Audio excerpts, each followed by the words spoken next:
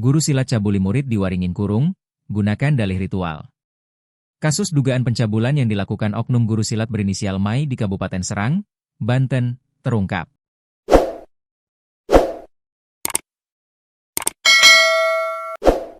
Kasus itu terbongkar setelah salah satu korban berani melapor. Pelaku diduga menjalankan aksinya dengan modus ritual pembersihan diri menggunakan air kembang. Jumlah korban mencapai 11 orang. Dari jumlah tersebut, 10 korban merupakan anak di bawah umur.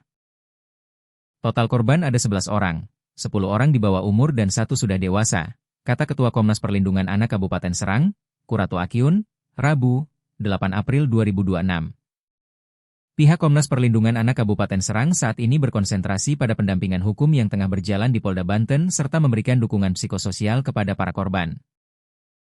Serta penguatan keluarganya dan juga kami akan berkolaborasi dengan LPSK RI agar layanan pada proses hukum dan pemulihan dapat optimal, ujar Kurato Akyun.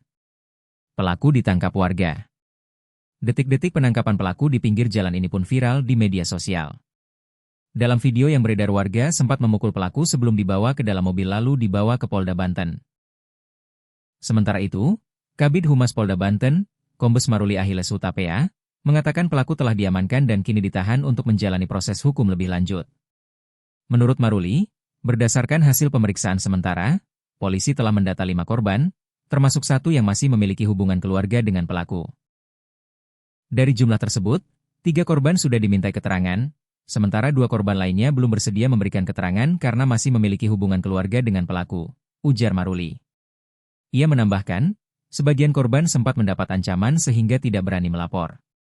Modus air kembang. Aksi pelaku diduga telah berlangsung sejak 2024 dengan memanfaatkan posisinya sebagai guru pencak silat di lingkungan tempat tinggalnya. Dari hasil penyelidikan, pelaku diduga menggunakan modus ritual pembersihan diri. Para korban diminta mandi menggunakan air kembang, kemudian pelaku melakukan pijatan dengan dalih membersihkan tubuh, pikiran, dan hati. Dalam proses tersebut, pelaku diduga melakukan tindakan asusila terhadap para korban. Dari 5 korban yang telah didata, 3 diantaranya merupakan korban persetubuhan dan 2 lainnya korban perbuatan cabul. Atas perbuatannya, pelaku dijerat dengan pasal 473 KUH Pidana dan atau pasal 414 KUH Pidana dan atau pasal 415 KUH Pidana dalam Undang-Undang Nomor 1 Tahun 2023 tentang KUHP terkait tindak pidana persetubuhan dan atau perbuatan cabul terhadap anak. Ancaman pidana penjara paling lama 12 tahun, kata Maruli. Saat ini, penyidik Polda Banten masih mendalami kasus tersebut untuk mengungkap kemungkinan adanya korban lain. Bupati turun tangan.